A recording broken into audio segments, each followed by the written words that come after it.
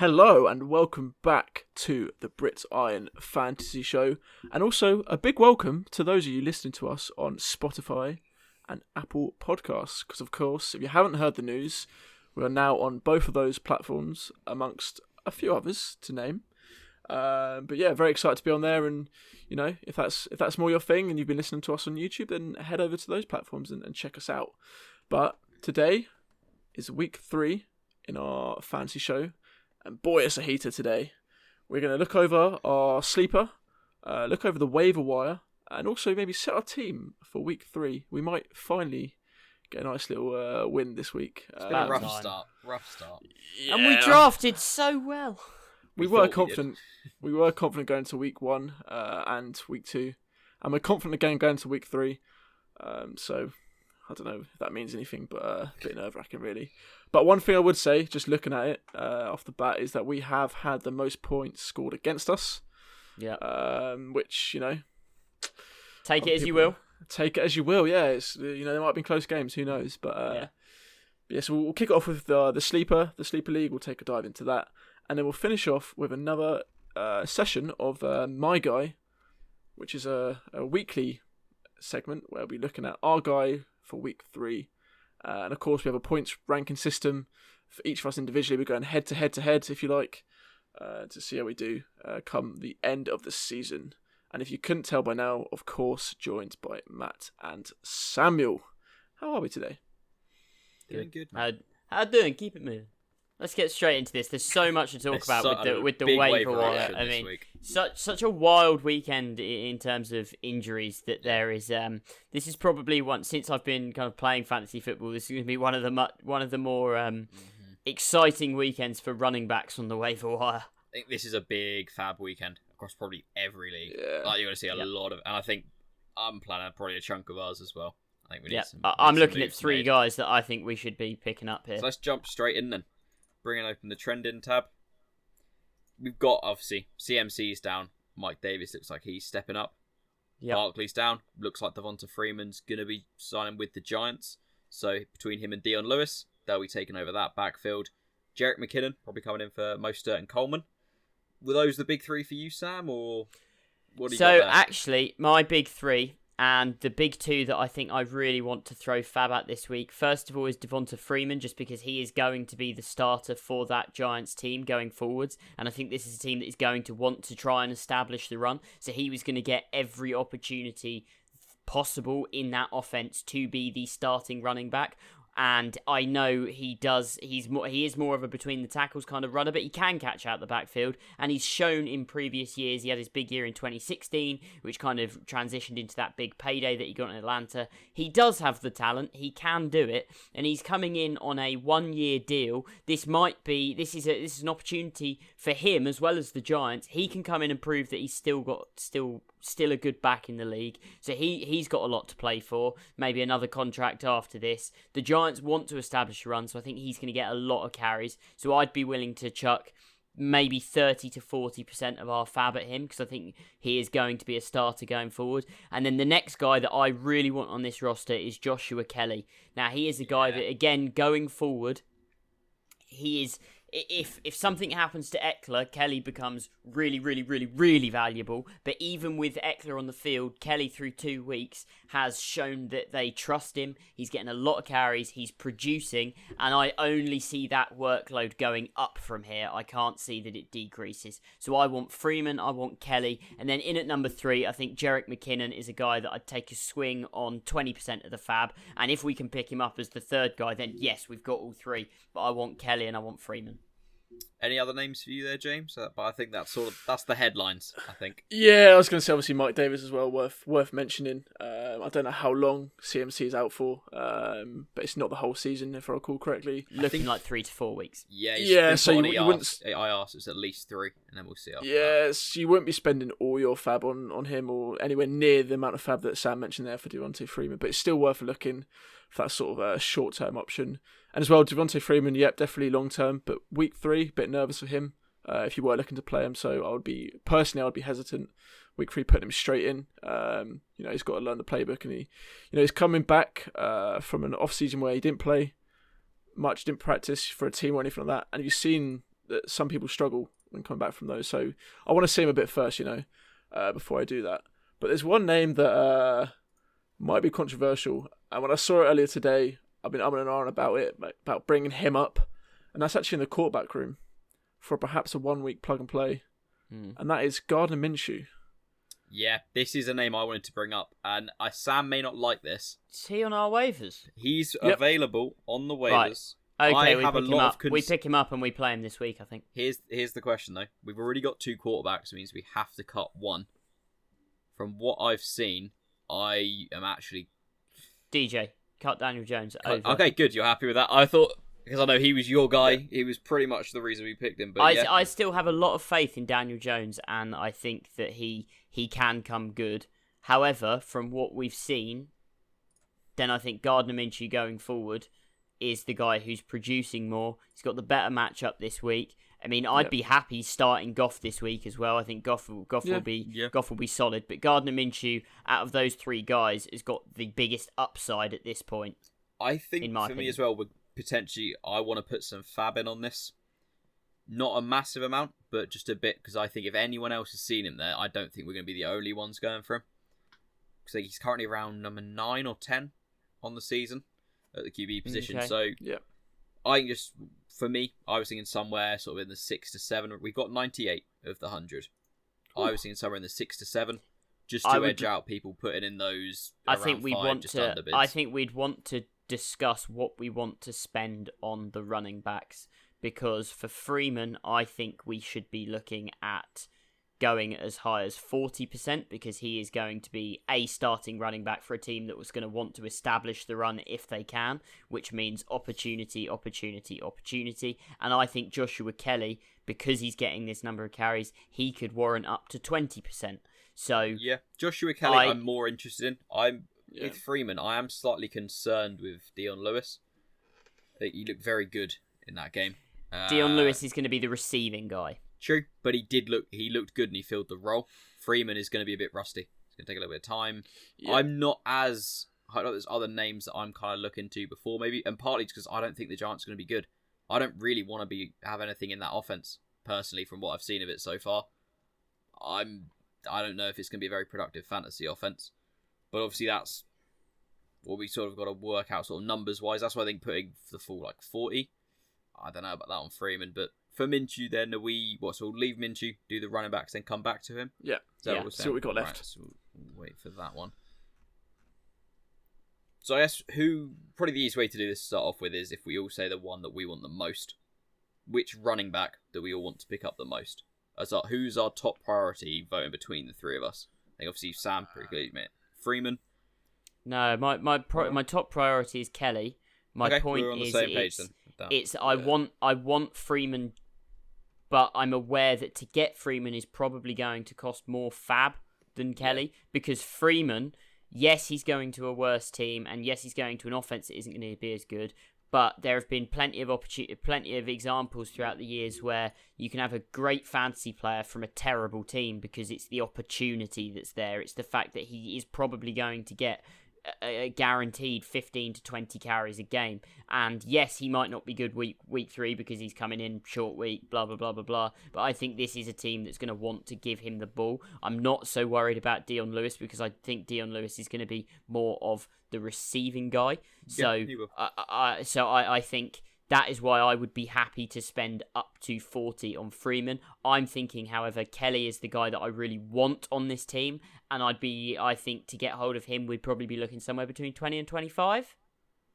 I'm thinking it could be more.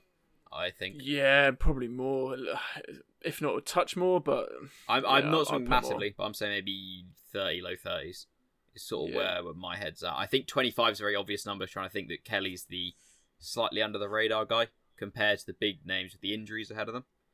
So, I mean, I'd probably say, maybe 30, 31. Yeah. Okay. So why don't we take a swing on 30? Let's go 31 on the off chance someone goes 30 and we don't want to do that. And then should we say maybe 20 with Devonta Freeman? Because then that leaves us with just under 50 total. Yeah. And if we don't get Freeman... Paris Campbell's moved over to IR for us, so we do have a spot, so we don't have to drop anyone for this pickup for Joshua Kelly. So obviously put the waiver bid in there. Yeah. Next one, Devonta Freeman. So now, obviously, if we did get Kelly, which we hope we would, obviously we need to drop someone here. I think it's pretty obvious that should be Peyton Barber. Yep, no doubt. Could also not to forget, we did get James Robinson. That went just after the last episode last week. He was still free on the waiver wire, so we grabbed him up. So we do have him on the bench, which is a very intriguing option. So what's our final then? Phil, Devonta Freeman, 20, you said? 20, 25? Yeah, I mean, I'd be happy to go to 25, but it's up to you guys if depending on how you kind of feel with that. Yeah, if we're doing that again, I think we go one up, go 26, just to be sure. Yeah, on the same basis. I feel like that probably is going to be bigger bids going in. Yeah, likely, but that it's a debate of, or do we potentially say that at this point at 0-2, we need to be picking up wins fast. This is a massive opportunity to people are going to be splitting between different running backs. That maybe we just go a bit overboard on both of these.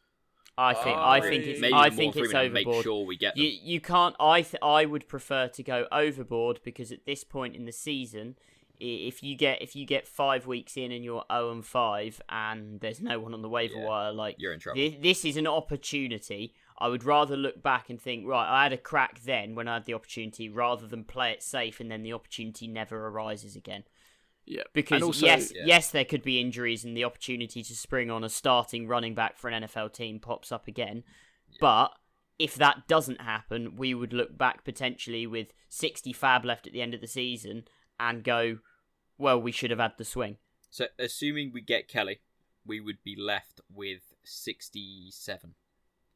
In which case, currently, I would be willing to say leave 25% for later in the season, and I'd be willing 40. To take a swing on dropping 40. I think you're saying 41 as the edge up. Always kind of like to just put it one over, just because you can sometimes catch people on that. So 41 on Freeman to replace Barber. Drop that one in there. Anyone else we're looking to maybe try and swing on, grab a pickup, just as backups, because it's always good to have multiple claims in just in case.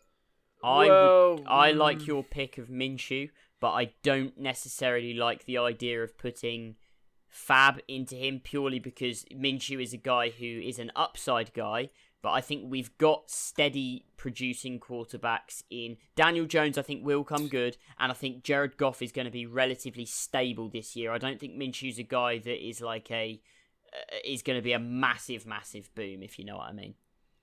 My thing is, I think it's an opportunity to get what looks like it should be a QB1 on the year. I think they're going to give him the opportunity to ball out this year and just consistently do it. Which I'm thinking we just throw sort of 5-6, a small amount, but just enough to tip the scales that if someone else has gone in with, let's say, a bit of 1, we'll be sat here thinking like, oh, for 2, 3, whatever, fab. So if we throw in 5 or 6, I would say 5. Yeah, 5, I wouldn't want to go any more than 5. Yeah, I think that's about right. I think drop 5 to grab Minshew. Now, anything else jumping out to any of you guys to run in on the current roster? Obviously, that would leave us on the bench currently with Brandon Cooks, who volatile option, I think. James Robinson, Jared Goff, still he'll potentially be starting up between him and Minshew. Michael Pittman is on the waivers. Where I was going, because we've got Hilton, but he's looked. Michael Pittman is on the waivers. Who have we got at receiver? Is there anyone that I would think is droppable for Pittman? Because I do like Pittman going forwards. Not droppable. No, I don't think there's anyone that I'm looking at thinking let's drop. So I'd say leave it there. I think I like the look. Yeah, it's only a trade. I think we'd be looking to get rid of those players. We'd be doing ourselves a disservice if we just dropped them. Yeah, in my opinion. So just to sort of run through then on the end, we're looking to pick up Devonta Freeman with 41 as our bid, Joshua Kelly with a bid of 31, and Minshew with a bid of 5, dropping Daniel Jones and dropping Peyton Barber if all of those run through. I think that'd be a very productive week on the waiver wire. I feel like potentially we could get burnt on some of these and outbid, but it's difficult knowing because you don't want to sort of end up throwing everything at it. Exactly. Yeah, see where we end up. There could be a lot more injuries yet as well. We don't know how this off-season's going to affect us rolling through the rest of the year. Yeah. Yep. And our team isn't awful on its own right anyway at this point. Looking at it, I think we haven't. It's a solid team. Team. We've been unfortunate weeks 1 and 2. So in terms of lineup currently, obviously this could all change with players coming in off the waivers. But I'm assuming for now we're penciling in Jared Goff as our starter. If we get Minshew goes in as the starter. I think It's the obvious choice there. Obviously, Joe Mixon, Kenyon Drake, we're not taking them out. They're staying. The touchdowns are coming for those point. guys. Yeah. The touchdowns are coming. The carries are there. The yardage is there from scrimmage. The touchdowns are coming. Yep. Then obviously Odell Beckham, T.Y. Hilton. We comfortable keeping those locked in, or other options for that is Slayton, who's currently in at a flex, or Cooks, who is currently on the bench. I don't want to go near Cooks this week against that Pittsburgh defense. Watson has not looked great when he's been blitzed so far this year. Steelers are blitzing a lot. I think that is just an offense to avoid for this week against that defense. Yeah. So I think we're pretty locked in with Beckham and Hilton. I completely agree. So Hilton's going up against the Jets as well, which is very good shout there. Yeah. So I think Hilton would play. I would say in terms of the flex, obviously we're playing Hayden Hurst at tight end. Yep. In terms of the flex, I would say we take Slayton out and we put in Robinson. Yeah, buddy. 100%. That was... Got a stat for you here. Oh, let's go. There's 4 running backs this season that have at least 85% of their team's carries and 8% of the team's target share. That is Christian McCaffrey, Ezekiel Elliott, Josh Jacobs, and James Robinson. Wow. Very interesting. So he's in a good little 4 there. So looking at this, we're currently rolling 4 running backs. And I think, as James said, James Robinson, there is a lot of opportunity there. And I think this is something we could see that just keeps rolling. If we get Kelly, if we get Freeman, do either of those come in ahead of any of these guys? Not Freeman. Freeman this week, no. Kelly is a guy that I want on the bench as a weekly... I think he's a weekly streamable guy, but looking at our offense and the guys we've got starting, then I think Kelly's the kind of guy that, depending on matchup, you might consider flexing in for Montgomery. Okay. It very much depends on kind of how consistent the carries remain for Montgomery. Yeah. This is an issue I think I've got with Montgomery. I think Montgomery's got all the talent. It's whether he's going to consistently be fed the ball and given the ball like he was last week, or are there going to be weeks where they come in and the matchup dictates and game script is there that actually they're throwing it more and it's Tariq Cohen getting more of the work. So maybe in worse matchups we flex in Kelly for Montgomery. I would quite like to start Kelly this week, actually, over Montgomery. This might be a bit of insight into a later part of the episode for me, so I won't ruin it too much. But I think the opportunity is there for him this week, pending the explanation, which we'll do in 10 minutes or so when we come on to my guy, which, try not to give it away, but it's pretty obvious by now. So I would quite like to start him because I believe the opportunity against that Carolina defense be there for him. I think they're one of the worst run defenses in the league right now. So I think he's almost not a must start, but a start over Montgomery for me at this point. One other point I want to look at is what we've got going on at kicker and special teams. I think Bucks defense looked good for me. I think I'm happy to see how that grows. At the kicking spot, I don't know how convinced I am with Jake Elliott. I think I've just been having a quick look. There's options that are scoring better so far, one of which is Blankenship for the Colts. We've currently had Jake Elliott, I think, had 4 points and then 7. Blankenship's had 7 in week 1, 15 in week 2. I'm thinking maybe we could get some extra points from the kicking position. Any names you guys are looking towards? I mean, Blankenship I like. I liked Blankenship at the draft. I think I said at the draft I think we should have taken him, but obviously Jake Elliott was the more proven guy. They do have the Jets this week, which is a favourable matchup. Could be a lot of kicking. I think Jake Elliott is kind of the guy who I trust to not necessarily miss kicks, but they might not kind of put themselves in the position for them to make a lot of kicks. So I would be happy with dropping for Blankenship, but there's nobody else really on that roster that I look at and I think, wow, yes, we need him over Jake Elliott. I mean, maybe Mason Crosby just because he could be kicking a lot of extra points. Maybe Jason Myers because he could be kicking a lot of extra points. But everybody else, there's no one I look at and I kind of think, yeah, they're the guy that's going to be much more consistent and much better. One guy I'm looking maybe taking a swing on, just as purely because they're part of a more effective offense, I think might have more opportunities. Hopefully it looks currently like less turnovers, and that's Daniel Carlson, Raiders, currently the kicker 3 on the year.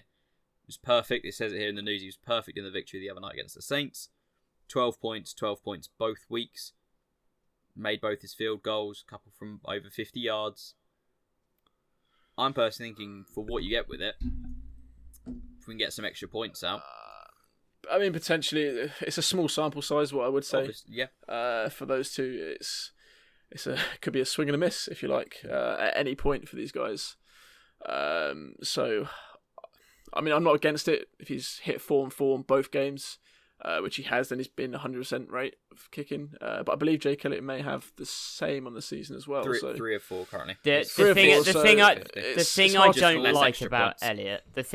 like about Elliott is the fact that he's playing on an offense that at the end of the day is just not moving the ball that well. Exactly. And you can be the best kicker in the league. You could stick Justin Tucker on the Jets, but he's going to be terrible for fantasy if he's on the Jets, because he's not going to get to kick any field goals. He's not going to get to kick any extra points. That's the thing. A lot of people do this with fantasy, and this is probably a learning to take away from this in general for a lot of people listening to this.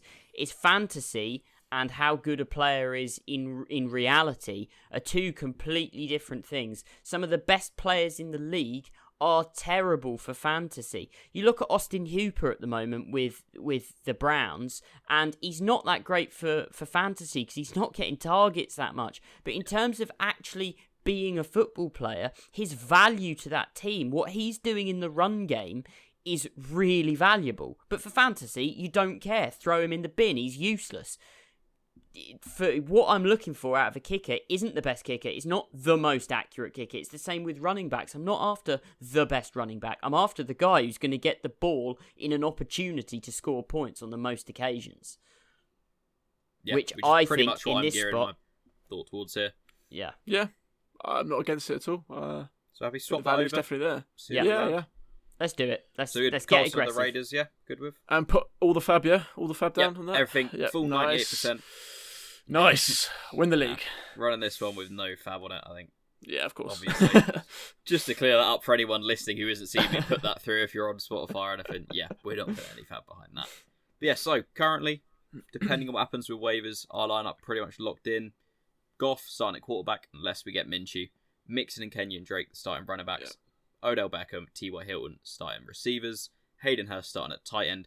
James Robinson and David Montgomery starting in the flex. Jake Elliott currently hoping to swap that out. Kick it, and then the Bucks in as our defense. So, looking at this on the matchup, we saw across the week 3. Have a look at the projected. Currently saying it's an 83% win chance. We're against another 0-2 team. We're looking like apparently 124 points to 103. Can we finally feel a bit safely confident? I think so. I mean, I like our team. I said it at the draft. This is the prime time that a lot of people, you go 0-2, and people might start to panic and do silly things and go out and try and trade and stuff. If you've got a core of a good team in fantasy, you're gonna have those weeks that just things don't go your way. You're gonna have those weeks like this week in the NFL where everyone gets injured. You've just got to kind of roll with the punches. Don't panic. Don't trade all of the players that in the first 2 weeks haven't had a good start, because the best will come back to the top. One bad week doesn't mean an entire season. Don't overreact. Keep it moving. You'll be fine. Yeah. As ever, I'm pretty confident for this week, which has not been the best sign in previous weeks. But this finally could be the week our luck turns and our players turn up and perform. So yeah, I'm feeling confident. But fingers crossed. Yeah, fingers crossed, definitely. But that moves us very... Antos. I don't know if that's unlucky, though, so pending research. Wow. But we'll move swiftly on to the weekly My Guy section. Now, Matt, fill us in. What is the criteria for this week? So this week's one, it's pretty much the same, but we're going instead of that they can't be... top 12, so QB1, RB1, whatever their position from last year, or for last week it was from week 1. Now it's just on the season, so week 1 and week 2 added together. Pretty much that's how it's going to run going throughout the year. As we said, we've got the scoring if you pick the best player at their position. So, as we said, if Sam had the running back 5, I had the running back 7, James had the wide receiver 8. Sam has picked the best guy at his position. Sam gets a point. Second, get nothing. Third, you lose a point. So week 1, we had Sam with Dak. James with Zach Moss, me with Rojo. Sam with the low-hanging fruit had the QB1 on the week, so has taken the first point on the week. James, unfortunately, Moss running back 56 in half PPR scoring, so you've come up. Rojo scraped me in at RB27, even though Fournette burnt him. So currently, Sam has a point. I'm still sitting on the goose egg with 0, and James with -1. But you know, the thing is, right, I played Moss in every single DraftKings lineup and in our Dynasty League. I won in our Dynasty League and I won the money in DraftKings. So I'm okay with this loss here. Yeah, well, I'm okay with this loss here. It doesn't affect me too much. So moving forward, me and James trying to bounce back a bit. Sam trying to keep the crown on. Who are you going with, Sam? Who is your guy? Right, so my guy is actually a guy I was very high on coming into this season, and he is a guy that I think is going to really benefit from some other players' misfortune. Obviously, we've had a weekend where a lot of players went down injured, a lot of big name players, and one of those players that went down injured was a running back who we refer to as CMC. Christian McCaffrey went out. Now, Christian McCaffrey last season accounted for 50% of his team's offensive touches. Now, that is an outrageous amount when one player is taking half of your offense.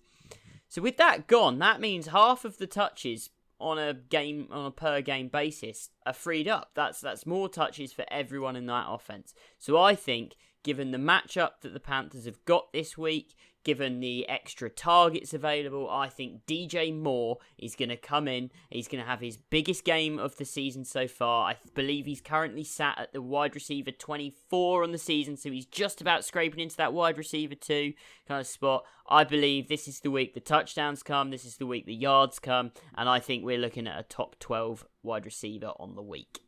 So you're looking for Bridgewater to bounce back as well. Yeah, that's the gamble for you, is putting that on Bridgewater. So Bridgewater had yards.